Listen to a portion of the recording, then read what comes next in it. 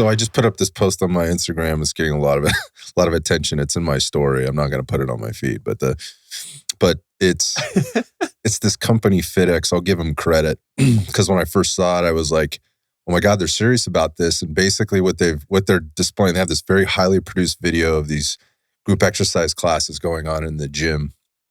And it's basically these people dancing around and riding around on hobby horses as a fitness class. And they're hopping over like steps. They're going around in a circle. They're kind of marching in place. It looks very ridiculous, super ridiculous. And my initial thought was, they're fucking serious about this. Like somebody actually put together a fitness class because this whole quote unquote, they're calling it a sport, hobby horsing has come up. And I see it occasionally like in the feed or in like the explore feed, like in my social media. And at first I was like, this is a total joke. Like there's no way. But so going back to this fitness company, it's an April Fool's thing. And I didn't realize that at the beginning. And they did a beautiful job. because it's in German, right? So this is happening in Europe. And apparently there's a lot of hobby horsing going on in Germany. This is, and it's serious business. And if you want to find out how serious it is, just jump into the comment section on here. They're just completely going off about how offended they are that they were poking fun. So to their credit, like I think they did a really good job with this thing where it got some attention and, was laughing at it. And so then that brought up the next thing. Cece was kind of freaking out about this. She's like, are you serious? And I said, yeah, well, remember the whole drumming thing? Then Ryan goes, what's drumming? What's drumming? Like playing the drums or what? Yeah. So have you heard about this? Have you seen this? No, I've never heard about this. So it's basically it's a quote unquote fitness class where you have drumsticks and you are they weighted or anything? Or no, they're literally drumsticks. That's literal drumsticks. That's a great question. I don't know if they're actually weighted or not. I think they're literal drumsticks. Literal drumsticks. Yeah. So when you look at these people, they're all, it's a big classroom environment. Everybody's in workout gear. And there's music and there's an instructor with the headset on, obviously, at the front. Oh, it's called Pound. Oh, that's what it's called? Pound. Like I'm not making this up. It's called Pound. Oh my God. So I just pulled it up. Check out this. Do you have this link? Can you see that link? Yeah. And,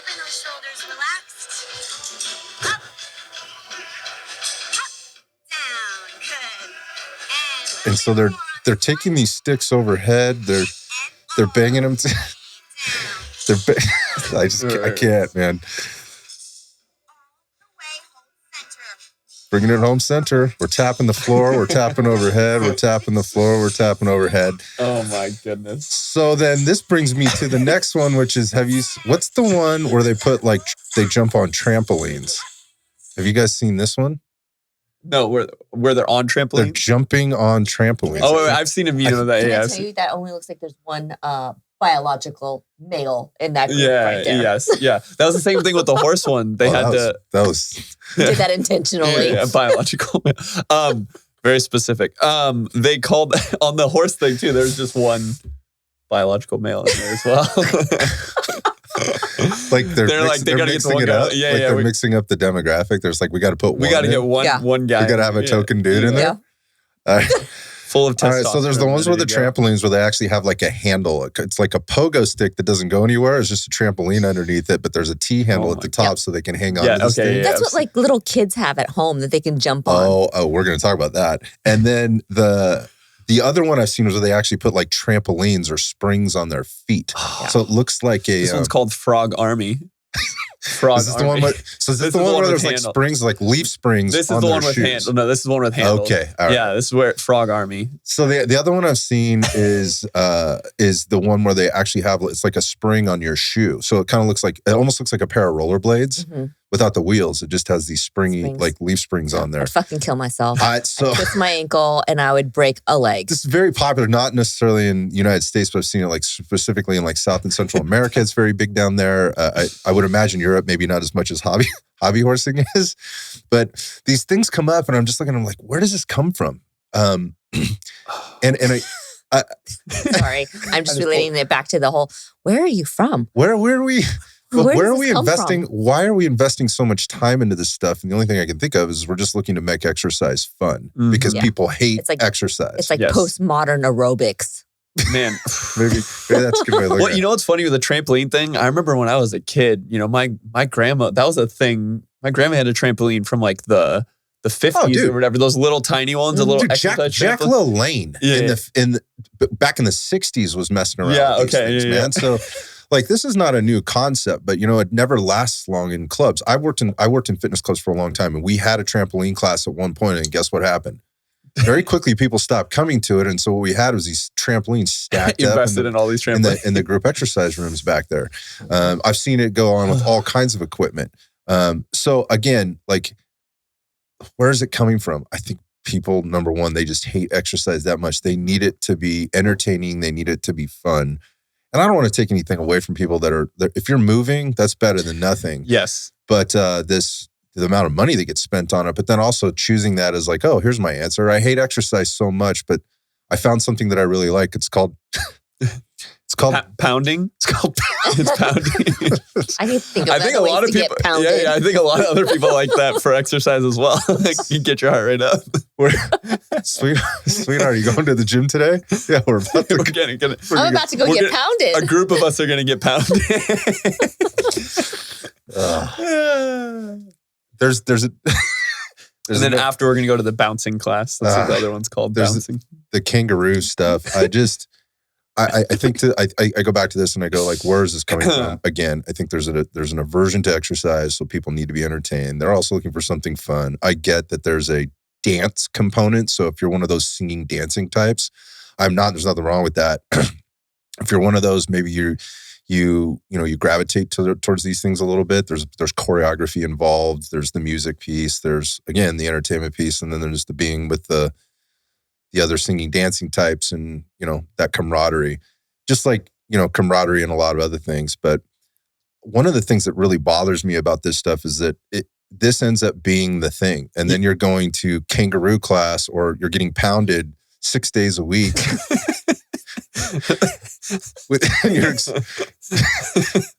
You're expecting a result that you're not going to get. And I gotta get my shit together. All right. So what so I think with that sorry. Okay. So that's exactly what I was just gonna say. If you want to go, we can't say the word again. Okay. If you want to go have fun in this setting and go mess around and not lay on the couch. Serious. We're serious. All right. If you want to go enjoy bouncing and pounding and all that stuff, and just to go play, and like that's a part of it's almost like you're taking a dance class just for an activity to do. Great. Don't sit on the couch. Go do that. But if this is like your primary form of exercise, that's not going to get you there. What's it going to do for you in the long run? Exactly. Look, where's the adaptive effect? Like, how is this going to cause any stimulus to cause change in your body? I don't think people think like that, man. No. I think they just think like, what's going to get me hot and sweaty today, and how am I going to feel emotionally validated in that I did something? And if that's pounding, then go pound your little heart out. But oh, okay. Or jumping on trampolines or whatever else. I think, again, there's a little bit of a time and a place for maybe entering into this and trying to look for something that looks fun. And ultimately, you're going to have to make some type of an investment in your health beyond a class, because the class isn't going to be there all the time. And you just mentioned something a little bit more sciencey. People don't want to have their singing and dancing science, but you're not going to get the training effect of that is going to be very limited. And then there's other things there. I'm not even going to talk about like, is this a safe thing to do? Come on, man. We don't need to make it about that. Yeah. Like, just from a long term, like, is this a sustainable thing for you to continue to be healthier or improve your health? What else are you doing? And where are you investing your time? I just find it interesting because there are a couple of places not too far from us that do these types of classes. And I have had interactions with folks that work out there, folks that coach there, if you will, or say instructors there. And I find it interesting how quickly we get to the end of their knowledge with regard to fitness as a whole. and things as it relates to sort of a triangle of awareness, like why people are training and what they would need to do in order to gain or get a specific effect. And specifically, that would be like, why are you training? Are you training for aesthetics? Are you training for longevity? Or are you training for some type of performance goal?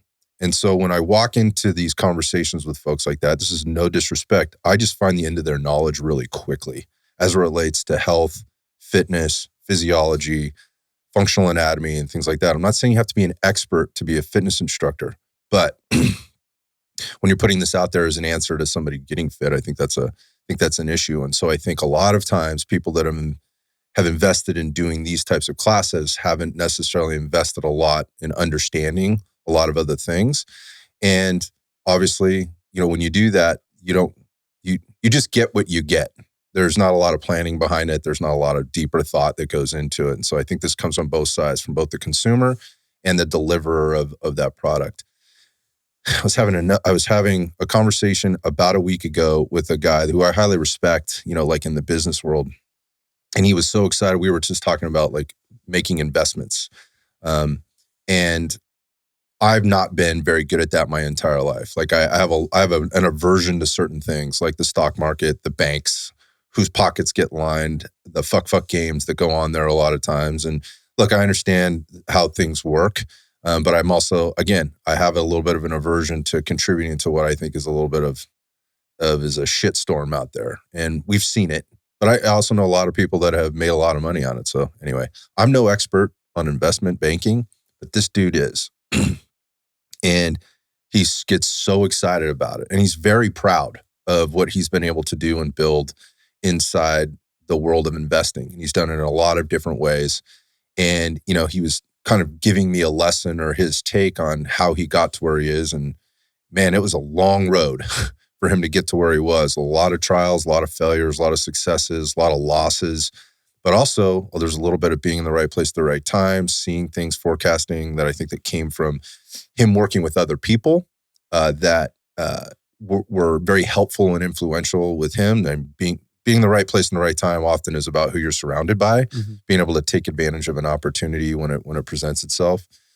And I don't want to get too far into the weeds on this, just that this guy knew everything there was to know about his own portfolio and what he was going to do next, and how that might impact other things. And he's been doing this for a very long time. My point there is I started kind of looking at it, and invariably this conversation sort of changed over into kind of how the business is going at Red.Fitness, what's going on with the podcast and some of the other projects we and I have been working on. And then it gets into the conversation about his own health and fitness. Because I don't know if you guys get this, but they always feel like not always, but oftentimes they feel like they're pulled to tell you about their own fitness as coaches. Almost like confess it to you. Yes, that's what it is. Yeah. It's a confession. Thank you for helping me with that. So that's what this got to. Yeah. It's very interesting, the amount of time that this guy had spent investing in his finance and all the things that he had done.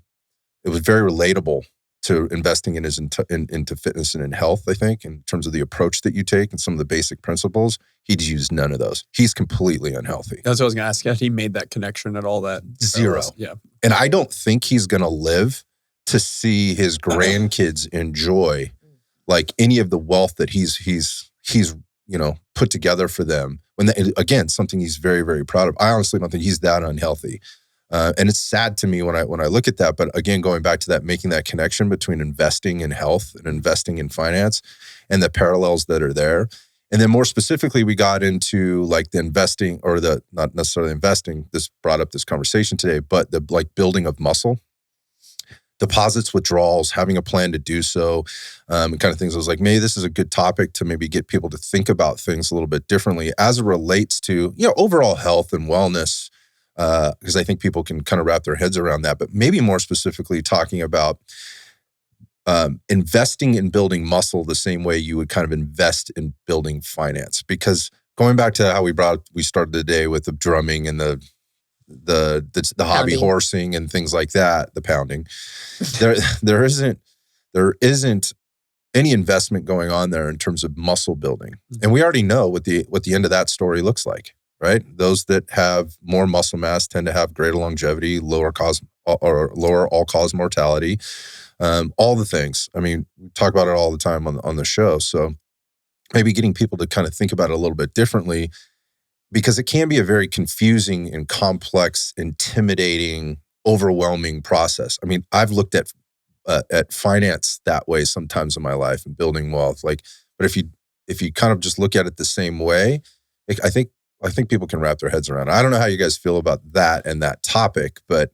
I'd like to kind of dig into it today because I think we can draw some parallels.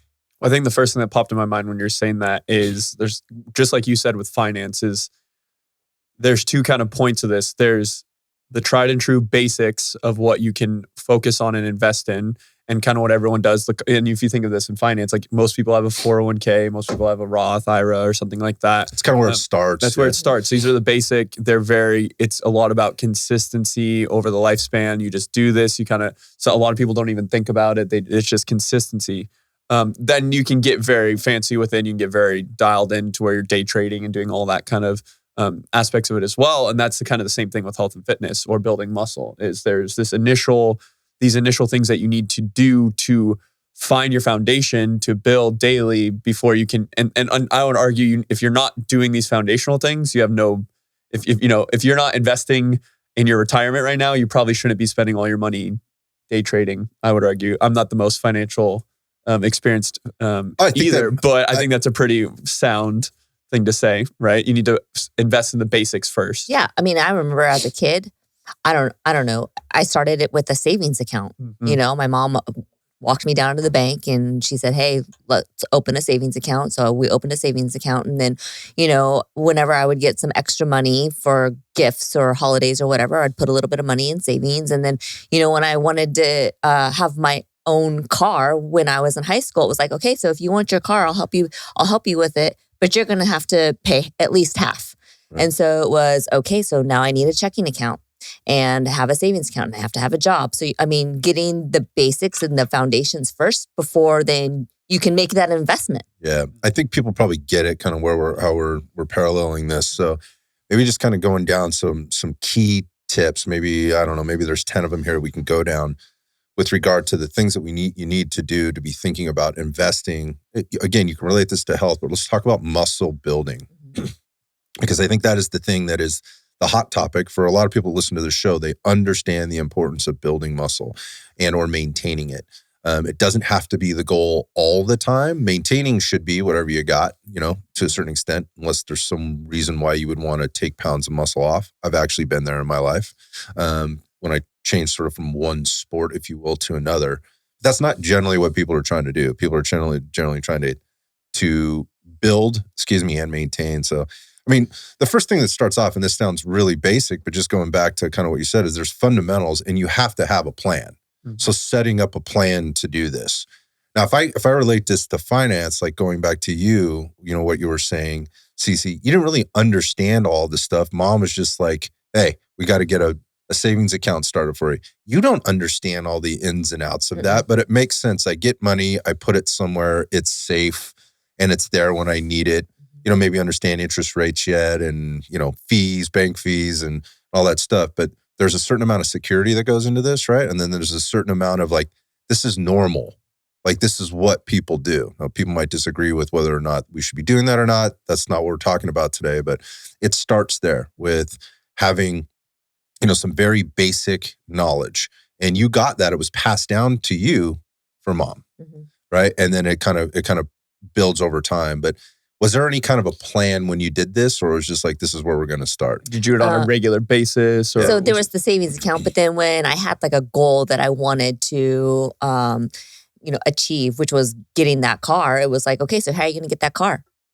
You have to have money, right? So how are you going to get the money? Because mom's not just made of money. So you got to get a job. And then when you get a job, how are you going to get to your job? Yeah. And you're in high school. So when are you planning on getting there? What are the hours? Your grades better not slip. And then there's a lot of factors. Yeah, there's a lot of factors that go into that. And so you have to plan. You're going to have to plan your week of when you can take those hours at work and then what your week is going to be like, and then have a schedule and then figure out all the nuance. So how are you going to get there to and from? all those types of things. Well, and the key here is that you need to have a plan. So maybe initially it's very, very basic for vague, you. Yeah, but could even be vague. Vague and basic. Like, so initially for you, hey, we're going to open a savings account and you're going to start depositing money in it. Mm-hmm. That's just a basic principle. So maybe for you right now is you're just making the plan of I'm going to start going to the gym or I'm going to go on these specific days. Then as these problems arise or these next steps, you have to figure out these plans that they're not just going to happen. Yeah. So I think that there's a challenge. There's pitfalls in that because that's where people go and then they start to have maybe realistic expectations that just because I'm going to the gym, I should get this result. Like my bank account should build just because I put a little bit of money in it. Right. Well, there's other factors too. So, I mean, once I had a job, then I had a checking account. And so then, of course, nothing's linear like in health and fitness, right? Nothing's linear. Yeah. And so it's like, oh, well, I have a checking account. So I can spend a little bit of money over here and a little bit of money over there. Oh, and I have to balance my checkbook because this is before, your online banking and stuff like that. So I had a little bank register, which I still have. And I remember my grandpa was a banker. And so he sat down with me and we would go over my check register. And can I tell you, I started having negatives in there and there was some red stuff. And my grandpa's like, whoa, wait a minute. Why do you have a negative here? Why is your stuff in red? And so there was failure as well. Right. And there was sidetracks, just like as in with, health and fitness. There's some failures, you learn from it, and then you plan, reestablish, and you continue on.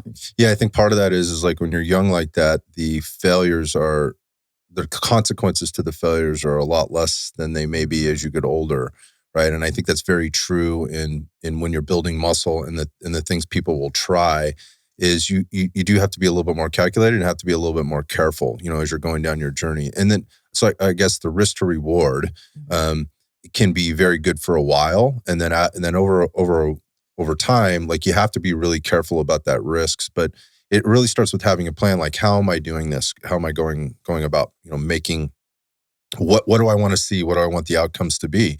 And again, it's going back to the shit that we were saying. Like, if you're going to the gym and going through the motions, going on the weight room floor, or going to the gym and going to drumming class, those are two very different things. Yes. And you're going to get two very different outcomes. And if you're just going for the sake of going and you don't have a plan, you don't have a why, right? And you're not focused, again, going back to that triangle of awareness, like, why am I here and what should I be doing in order to get the result I'm looking for? You're already off on very weak footing. And I think a lot of people, and you see this like in investment planning and whatever, a lot of people don't think about it until they get much older. And then they're very limited and almost restricted on what they can or should be doing because of the risk reward ratio. And I don't want to talk about being old and building muscle. That's not where I'm going with this. Just like for the longer you go in your journey without having a plan, the less set up for success that you are. So along that, and having that plan, I mean, there's one of the things like with financial investing would be like, is making like saving a priority. Like you have to manage, you were just talking about your check register, there's the checks and balances there of what's going on, but understanding like what is it that I'm looking to do and how do I preserve once I've done the work to get there? How do I preserve that? How do I protect it? So that's when like budgeting, comes in also, as it relates to the goal and what my ins and outs are, in terms of my expenses and, my deposits and withdrawals. But, when we're looking at making saving a priority, when I look at building muscle and the goal is to, once I've got it, I don't want to go the other way. I don't want to give it up. It's a lot of work to build muscle, right? So everything that I do, I'm doing if my goal is to build muscle, should be centered around like, is what I'm doing right now helping, hurting, or just remaining flat to what I'm doing? So you're talking about all the variables that come in, like, well, what are those variables? It's a lot more than just working out, right? We can talk about that, but it's the sleeping and it's the nutrition and obviously it's the recovery, in between the things that you do, the complexity of the, or lack thereof and the workouts that you're doing.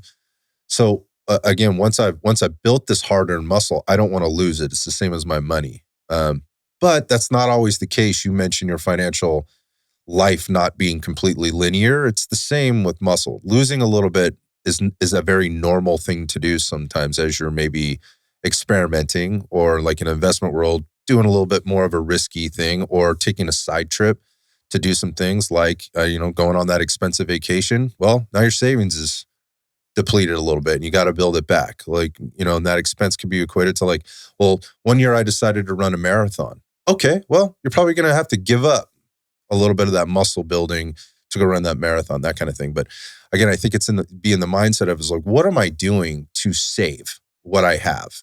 Am I the behaviors, let's just put it this way, are the inputs, do they equate to this longer term savings plan? Because if I don't have a base level to build from or invest from, then I just don't have I don't have the currency, the literal currency to do anything different or do anything exciting or, again, take that vacation or do that little side trip to do something different. I don't know if that makes sense. Yes. I mean, I think about with that of, if we talk about taking the vacation, taking the trip, taking some money to spend, but if you haven't said in that year, if you haven't set aside that time to actually invest and build up your savings, or maybe you're just spending too much for what you're making and you go spend it at the vacation, that's going to hurt a lot more versus if you have a large pool to pull from. So if we go back to like running the marathon, if your goal is to maintain some muscle and you've been happy with how your body is changing and you've been doing that, if you haven't been doing that very long and you haven't built that much muscle,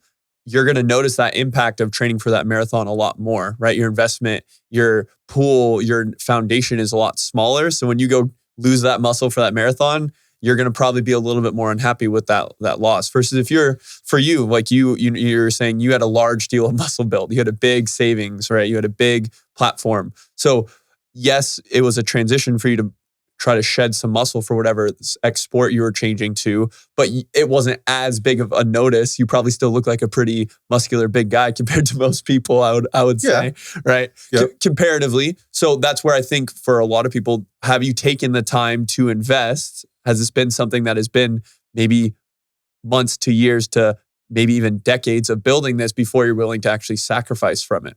Yeah, I would say the muscle that you have on your frame really is your savings account in the end, because anything that you want to do from there, whether it's physique, you have to have a base in order to, you can lose you can be lean, but you're not very muscular and then you just look like a skinny person, right? If your goal is like the physique side of things. If your goal is performance, it's still that base level muscle that you have is the currency to build power, right? To build more capacity on top of. If you're trying to build power, capacity, endurance on a very weak platform, well, then you should expect that platform is going to perform very weakly. Yes. And the same as your investment portfolio. Like if you don't have a solid base to invest from and come back to and leverage against, you are going to be fighting a losing battle. And this goes across the board as it relates, again, to longevity, physique, like aesthetics type stuff or, performance. And this is the part where I see a lot of people really being challenged because they want to get straight to the sexy stuff or they want to jump right into something, and perform something or do something that's a little bit more complex. And we could equate that to risk, not necessarily injury risk, just risk in terms of what the time that you put in, are you going to be able to pull away a return on investment from the same way you would be if you had a stronger platform to work with? And so again, like that understanding that then kind of puts you in, I think, into the next thing, which is understanding the power of like compounding interest. So even a little bit over time, as you 0.5%, over a long period of time can equate to quite a bit. So it's not that you have to be putting on like pounds and pounds of muscle all the time. The little bit that you're putting on exponentially compounds all the other things that you have the ability to do, whether that's lose fat, whether that's be more powerful, whether that's to have more capacity, run faster, all those kind of things, perform better on the mat, on the court, on your bicycle, whatever else. That's the thing I think that sets you up for the most success. And so we can, once we have that base level strength, we add a little bit of power and capacity to it. Holy shit, you're that much better of an athlete, right? Or more effective, let's just say, as an athlete. Maybe you're not very athletic, but you have the ability to be that much more athletic because the little incremental adds that you can add to that base platform can mean huge dividends down the road. Well, and I think we've just talked about this in a recent episode about, habits and building a foundation for fitness. And I think a lot of people really miss that. I mean, look at, the new year or people trying to recommit. They come in and they make this huge dump, right?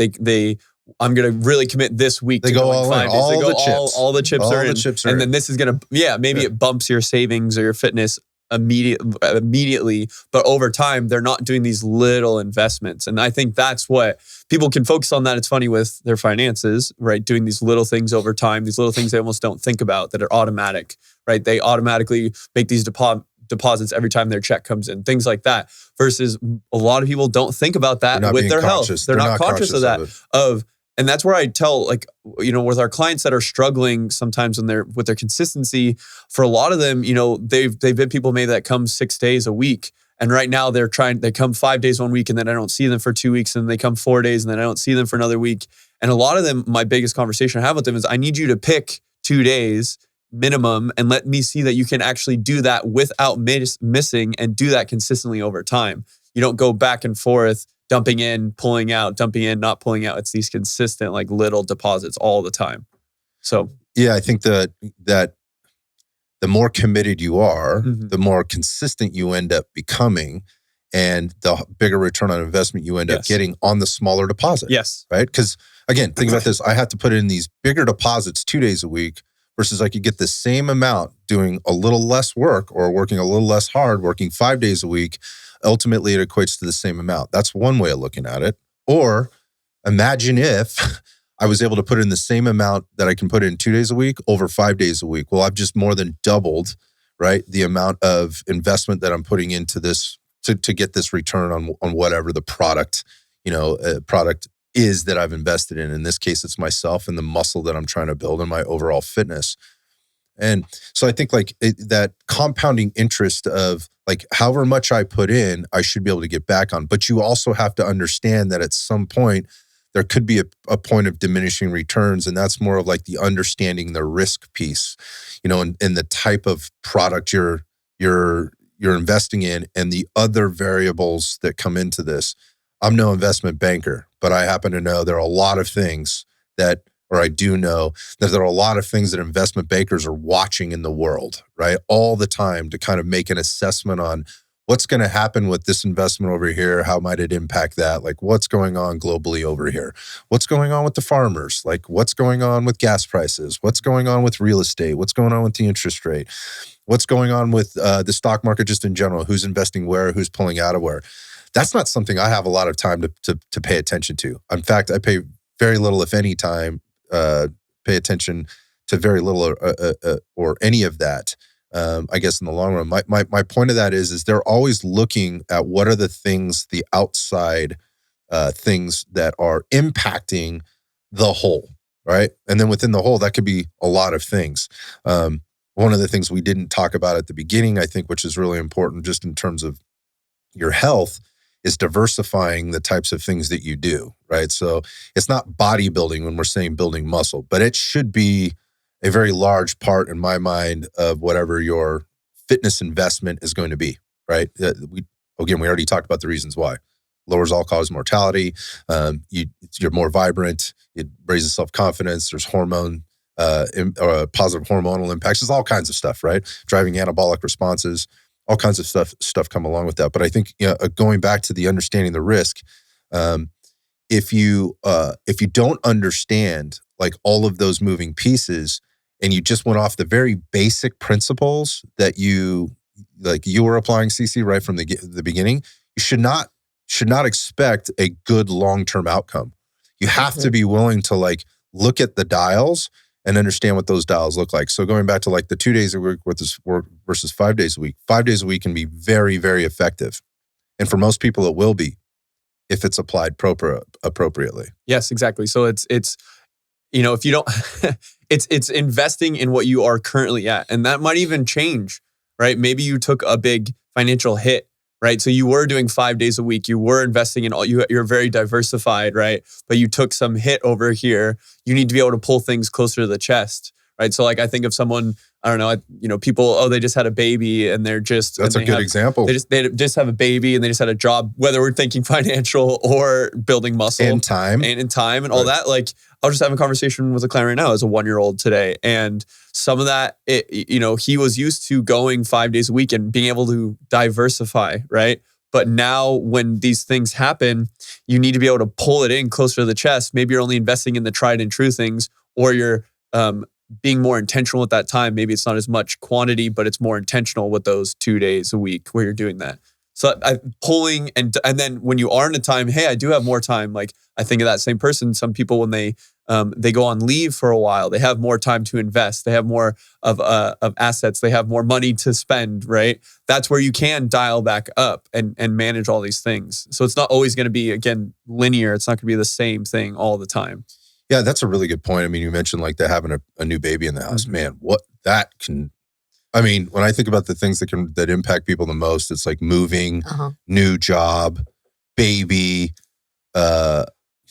weddings and funerals always throw a wrinkle in it. That is for sure. But it's interesting how those things drive different behaviors. But going back to like having a baby and all the things that go into that, like the lack of sleep, the lack of time, like the schedule changes, so the consistency changes, and then just being able to, get away, not necessarily having the time. Like I have the time, I just can't get away from the house to go do it. So how do I change things as a mom or as a dad or whatever else? Your responsibilities. Yeah, it's so many things. And all of those things impact, like going back to the sleep, the nutrition, like the eating times, meal times, the new energy costs and all those kind of things. Those are all things obviously that come in. I think people can like, yeah, man, that's pretty obvious.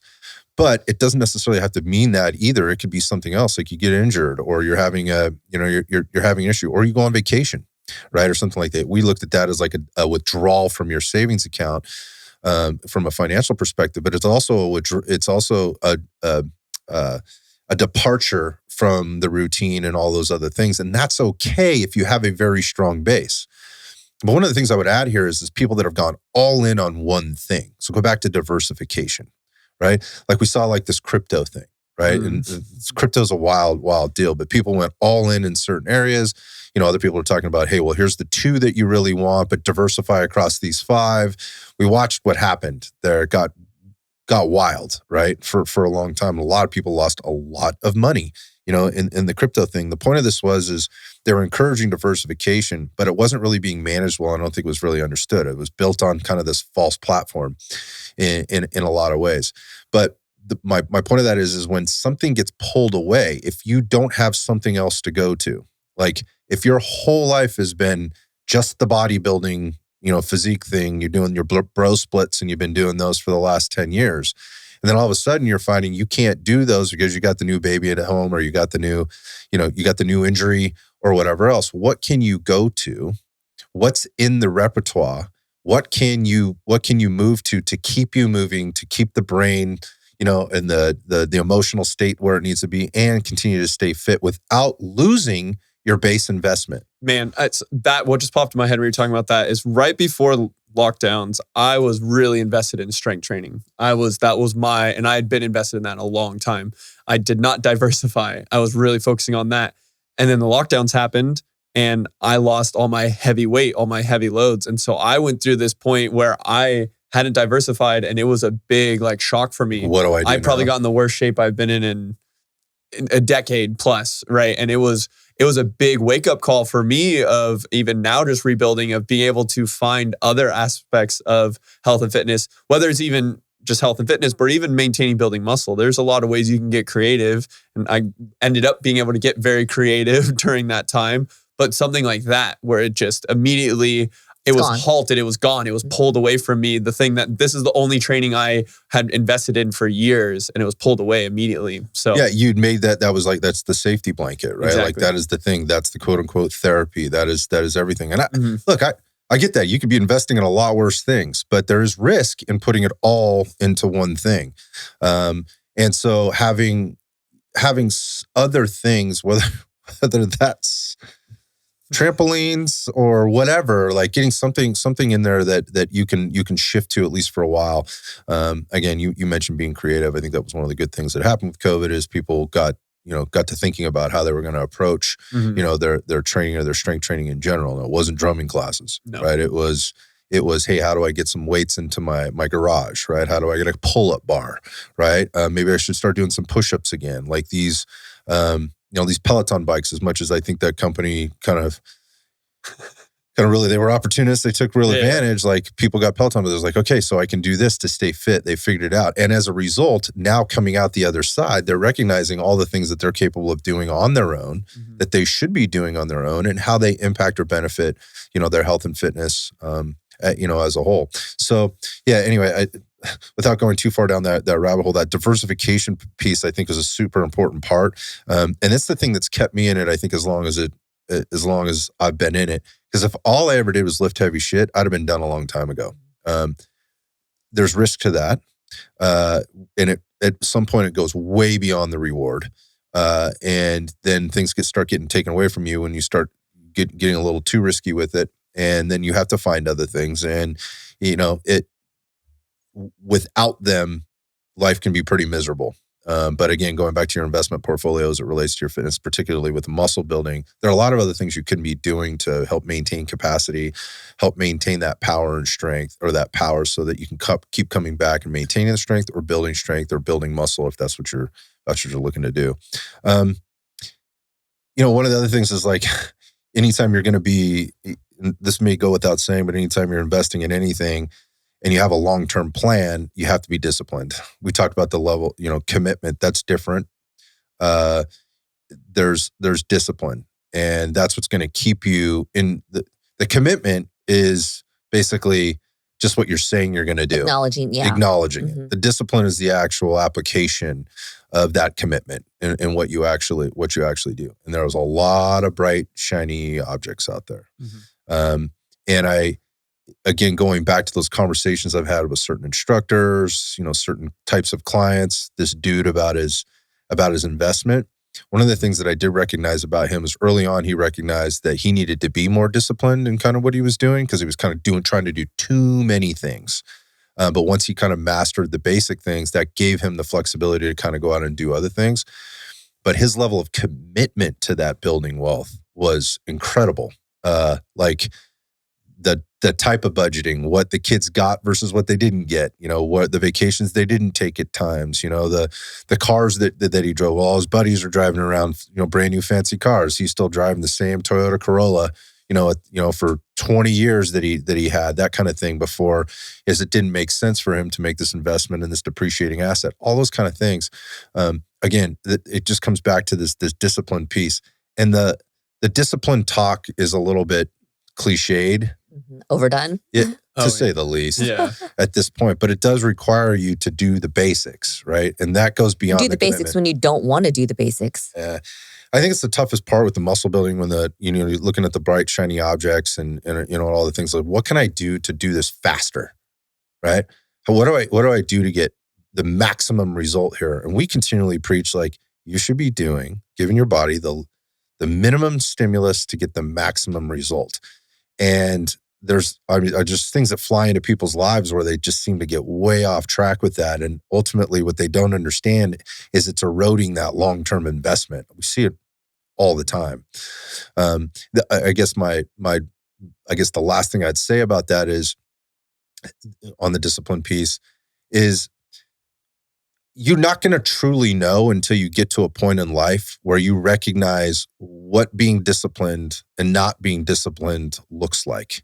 Because I think you can get away with a lot more at the beginning stages, when there's a lot less risk involved, there's a lot less on the line, you have more time, you don't know what you don't know, those kind of things. Like, you can kind of mess around a little bit, but as you start to get on in life, or on in your journey, muscle building journey, you have to be very calculated about the type of investment you put in and how disciplined you stay to that investment to get the return. Because at the beginning, we talk about this all the time, like, physiologically, you're going to put on some muscle pretty fast. And over those first couple of years, you're going to notice some pretty, if you stayed disciplined, you stayed committed, you had a plan, you're going to notice what I would call is, like, maybe a little bit more rapid return on investment. Yeah. But as you go down that line, that becomes less and less. And so you have to be very calculated in how you apply the plan, how you apply the outside variables. And again, part of that is being disciplined to sticking with it long enough to see the small incremental gain and that compound interest be, start to take shape.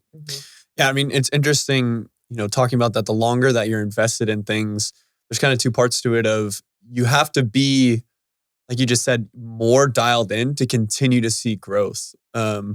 When you're, think of like the top athletes or the bodybuilders or the people that are at the upper echelon, to control all these factors, it's to the, to the percentage, to the penny of what's impacting this on both sides of things. And what's separating you maybe from the other competition, maybe even the competition is yourself from last year, is decimals, right? It's very small increments of what's impacting this. So there's that one side, almost initially, you can kind of get more messing around. Like you can lift, if you just are not exercising at all and then you get into the gym and you're just getting some sort of stimulus, muscle building stimulus, you'll see some result. You're beginning that savings. But longer you get down the line, it takes more and more nuance and more detailed to get these continued progressions. But on the other side of things, it's interesting. We've had this conversation, I think even with your training history, and I feel this with myself. To build up this foundation takes a lot of work. Mm-hmm. But once you get to this, where these habits, this discipline are more automatic and your body knows how to respond to it, in some ways it's almost, once you build up those years of effort and work, it's almost easier to maintain your current status. It's almost to maintain your current level of wealth, to keep these things are already automatic, right? Going out to maintain the level of muscle you have versus trying to build. So true. It's so much easier the longer you do it. If you get, so much of it becomes lifestyle and habit though, right? Yes, so exactly. Less discipline and more habit. Yes. Yeah, it's automatic then. Yeah, it's more automatic. Just even you're not even thinking about it on the active side of things. But then on the other thing, it's building on itself, and then you just have to give these little deposits, these little investments. So there's times in my life now where I've had more time and then less time to dedicate for it, but to maintain my current status of fitness and muscle maybe doesn't take anywhere near the same training volume as it used to in some regard as well. So there's kind of two parts that it takes to maintain that. Yeah, you're right. I'm the same way. Like at this point, like I know what I need to do on a weekly basis to maintain, and I also know where the thresholds are in terms of when I'm not getting that return anymore. Yes. We've talked about that a lot too. I think, part of it is like when you start to get to that point where you have been doing this for a long time, you've had the commitment, you've had the discipline, you've gone through a plan, and you've had the successes and the failures along the way. You'll understand how twisting this dial or toggling this switch impacts you, one way or another, and what the risks associated and benefits associated with that dial and that switch. Then you can start looking at things that may have, kind of that very small percentage or incremental percentage of impact, again, on the compounding interest piece, to being that much further ahead, which again is nowhere near the type of gain that you're going to see like when you were just starting in the beginning of your journey. Yeah. That's when we start looking at things like, so you're talking about sleep and stress and your nutrition, I think those types of things? No, I think those are basics. And I think those are things, it's really good point that you brought up there. Like, I think those are the things that are often missed. Like we go all in on, if we're trying to build muscle, just on lifting weights. And it takes, we get way off track. We become undisciplined. We get nervous. We get anxious or whatever else. And we try all these different like things to build more muscle.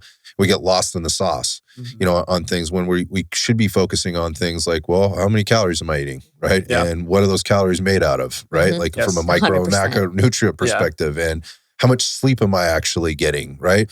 And how am I managing the additional stresses that are coming into and out of my life, and then ultimately getting into, the exercise piece and the variables that absolutely fucking matter there. Like those are the big things, but that we often miss those things, and we go to things. This is what I meant about this can be benefit or it can be a huge detriment, and looking to things like cold therapies, heat therapies, red light therapies, some new gadget or device that you strap on, certain supplements, things like that. Those are things that can be beneficial for you if you have all this, your basic investment portfolio lined up, right? Those are things that you could invest in. Added bonus. Yeah, they're added bonuses, but it's not giving you a massive return on investment. And you should understand that, right? You should understand that this gives me a very small incremental increase to all the things that I'm doing. And you also, so going back to being disciplined and, that's the mindset piece, you have to be okay with that. Like you can't expect, like, again, the magic bullet, the supplement is going to change your world. And sometimes it can make a huge difference, but it isn't going to change your world. It's going to, and then once you kind of feel that change or that impact, how do you leverage that? How can you be sure?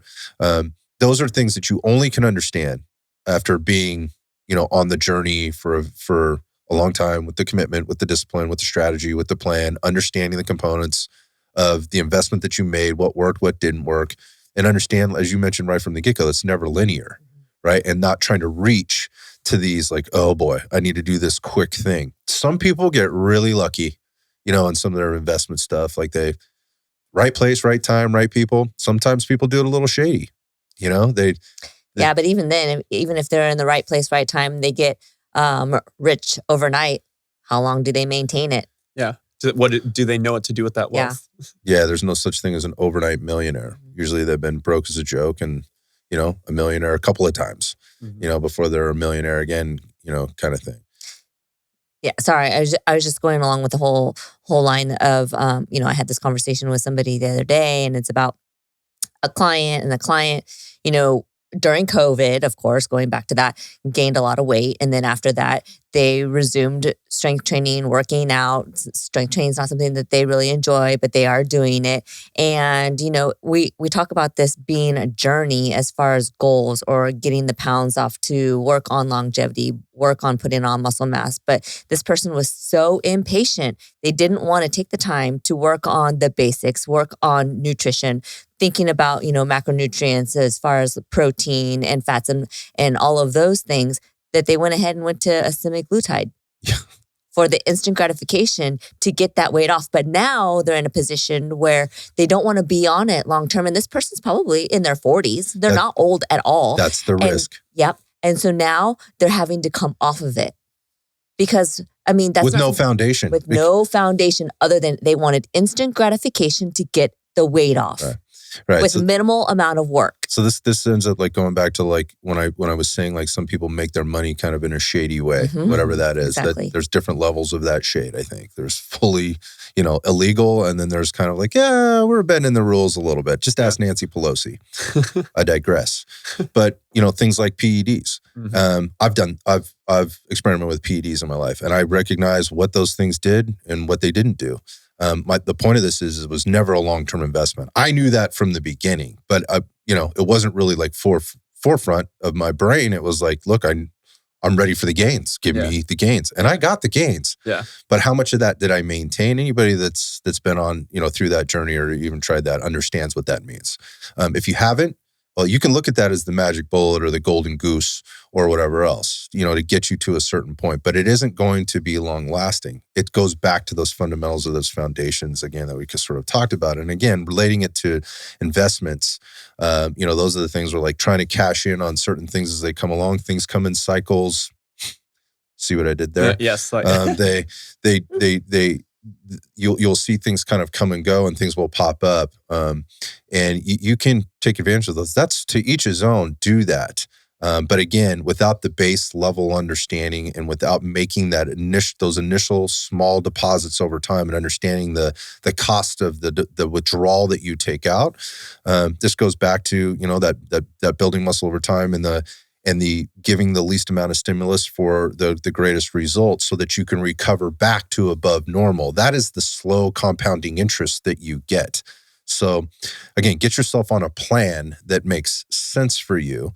And, again, I think the smartest people learned from somebody else. You started learning from your mom, like I was learning from this guy the other day. Like they learn from other people. Because a lot of times those people have made the mistakes or learned from the mistakes of others so that you're not doing the same thing. That's kind of what the podcast is. It's certainly what we do at Red Dot, with regard to helping clients on a daily basis. But get yourself on a plan. Get yourself with somebody that can help you wherever you are, right, in your investment career, whether it's your health or your finance, right? Get somebody on your team that can help guide you or direct you to make more informed decisions about what's right out in front of you.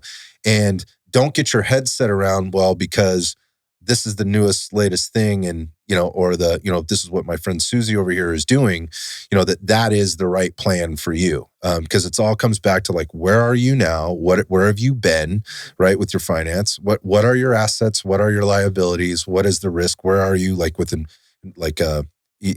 investing? Your age is an important thing, right? Like, how much more risk can you take the older you get? Well, I think that depends on how much finance you have and what your savings account looks like. Yeah, but what your liabilities are. So, things to think about as you're kind of looking at things. I guess wrapping this all back, coming all back to the beginning before we close it up. And that is, here's the thing that I got from this guy. Smart. He's a smart SOB and very wealthy from a financial perspective. All kinds of things. And he's working full time to manage all of that. And sometimes I look at my financial, investment buddies and I'm like, your life looks miserable, dude. All you ever talk about is your money, and having to move things around or whatever. It might be fun for you or whatever. And I'm just like, that's just not where I want to be, right? That's not who I am. It's not where I want to be. I get it, to each his own. But I tell you what this guy doesn't have, and that is his health. He does not have his health. With all the investment and as smart as he is, if he took the same principles, the same values, and the same steps at the same time he started his, financial investment journey, even with all the mistakes that he made in his along the way, he would have way more longevity to enjoy the wealth that he's built, see other people enjoy the wealth that he's built, which is a major goal of his. And just be a happy, healthier person that doesn't have to see his doctor as frequently as he does, which is, again, another part of this huge conversation about him sort of confessing his own health and the fear that he's living with on a daily basis that he may not see his grandkids enjoy the things that he, quote unquote, built for them. So again, that's just kind of was my, as I walked away from this conversation thinking maybe it's just a way to get through to people. And we're trying to relate this more specifically to building muscle, but it transcends all the things with regard to health and fitness. Well, and I think with this, we mentioned that if you can start investing, whether financially or in building muscle in your health from a young age, from an early point in life, you're going to see that compound more over time, and it's going to benefit you more in the long run throughout your lifespan. But it is still never too late to begin investing. Right? Yes, you screwed around in your 20s. You should still start saving in your 30s, even if you should have been saving in your 20s, right? Same thing in regardless of any point where you're in life, you need to continue to invest or begin to invest in your health and building muscle now, and you'll still see a return on investment. Yeah, even if you've done it, even if it's not super stable, if you have something to work with, yes, invest that. And you can still leverage. I would say you can still leverage that. You just talk to somebody that can help you do that, right? Have real estate that you maybe haven't made a lot of money on, right? There's not a lot of equity there or whatever. It's still got value. Find somebody that can help you get the most amount of value out of that real estate in the best way you can. If you're not sure, if it's too much for you to handle or whatever the case, I don't know. Maybe a horrible analogy, but the point of that is like ask for some help. So, anyways. Taking away from today is like investing in muscle, same as investing in finance in a lot of ways. Investing in your health, 100% the same as investing in finance in a ton of ways. If you need help, you know where to find us. Go to rdftrainonline.com. There's a ton of stuff there for us to get you, whether that's virtual coaching or it could be one of our self-guided programs or online membership. Tons of muscle building programs in there. They're all rooted in that.